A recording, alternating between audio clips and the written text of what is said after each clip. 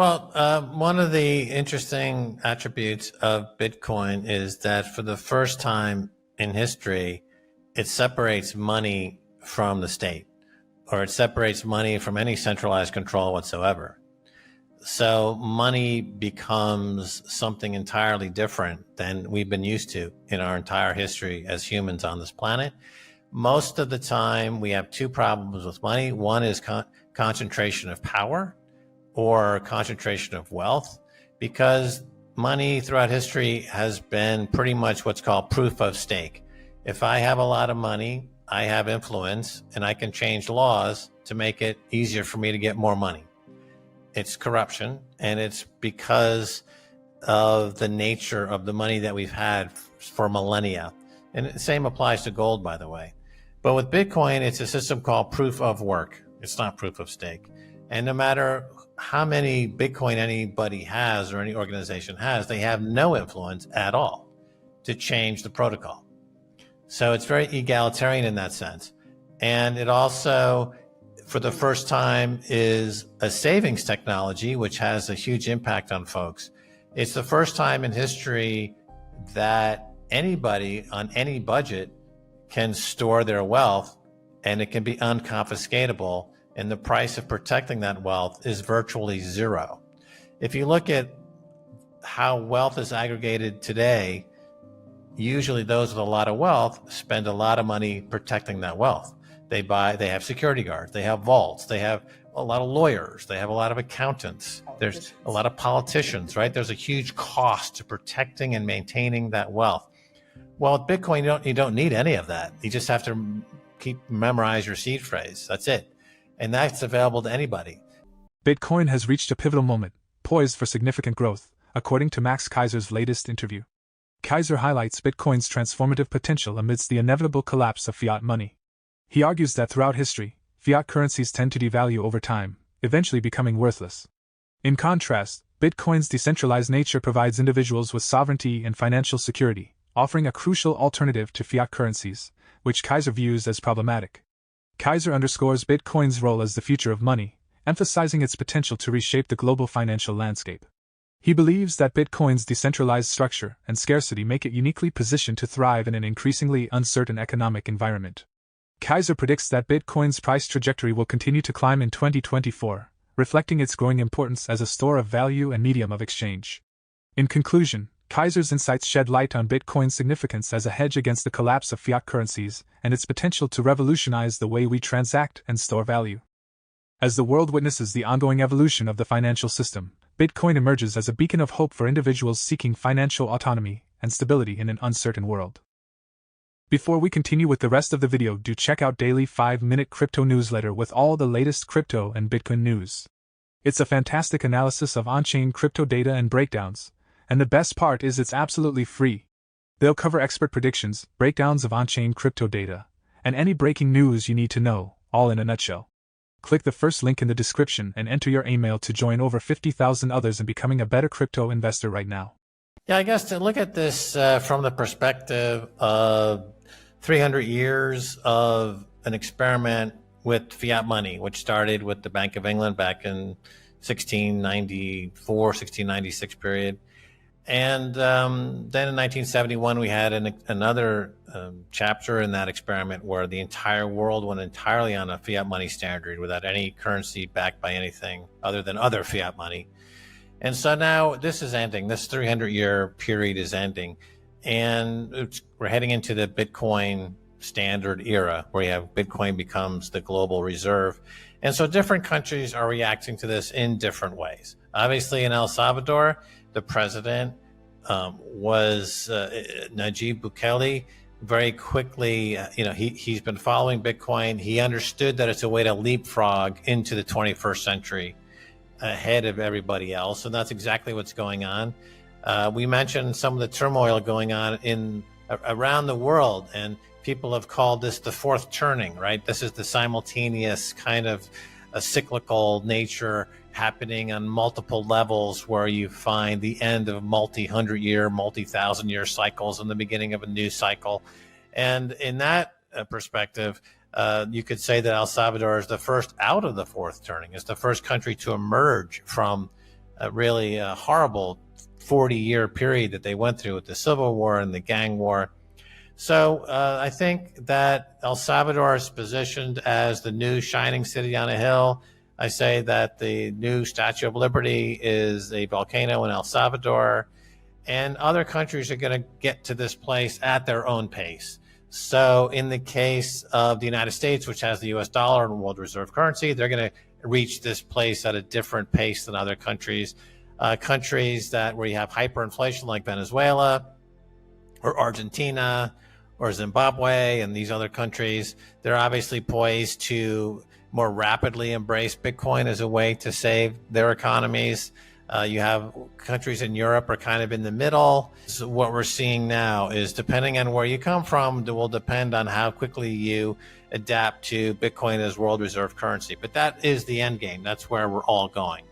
And who's, let's say, an artist who sells art, they make, let's say, 20% of the nominal per capita income in a country, or 50% of it, the capita income. But they're happy to do that because they just want to be artists. They don't want to be grinding it out as a lawyer, perhaps. But they can put their savings into Bitcoin, and it's inflation proof. So their purchasing power will always go up. The purchasing power will mathematically continue to go up forever. And they can be free to express who they are. And I think that's part of this Renaissance 2.0, is that it frees up self-expression in a way that we haven't seen since the Enlightenment, since we haven't seen since the Renaissance. And that's totally enabled because of the savings technology, this unconfiscatable separation of money and state called Bitcoin. So all of the changes are incredibly positive. And whether this introduces another cycle, I think that, I'm sure it does, but I think that the nature of this cycle is quite interesting in a number of different ways, but I don't see it being one that heads back into kind of a dystopian ditch at the end of the cycle. I think this is the beginning of something truly spiritual, which is as a species, we've been lacking in a lot of ways to make contact with that on a sustained basis. As individuals, we have moments of spiritual beauty, or we have aesthetic beauty, or we go and we see art at the museum and we're like, wow, I'm moved emotionally by this. But imagine being able to ride that wave for your entire life and just be on that vibe.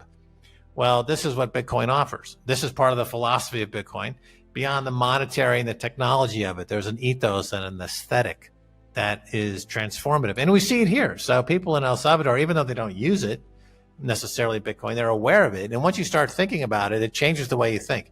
So I say, and I've said for many years now, you don't change Bitcoin, Bitcoin changes you if you allow that to happen. So that's what I'm looking for.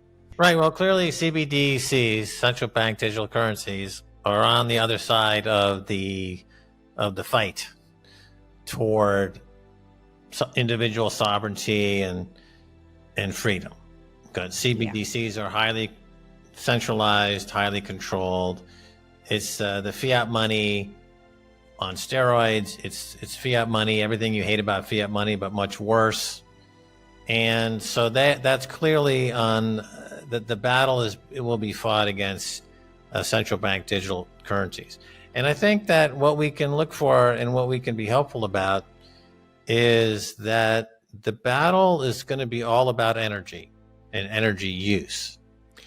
And Bitcoin uses a lot of energy. We know this.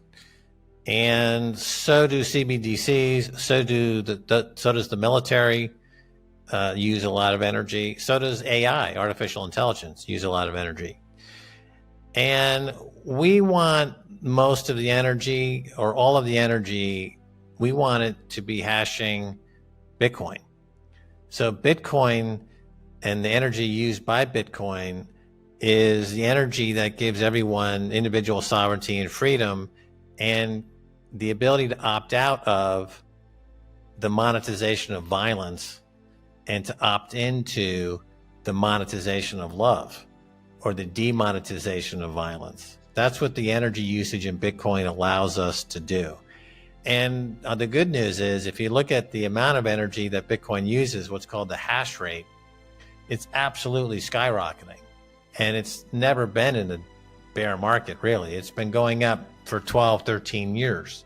And that tells me, from a spiritual perspective, that the forces of good are throwing energy at Bitcoin as a way to fight against evil. And I think today, if you were to look at the amount of energy that Bitcoin uses and the rate at which it's increasing, you would say good is triumphing over evil. So this gives me a lot of hope.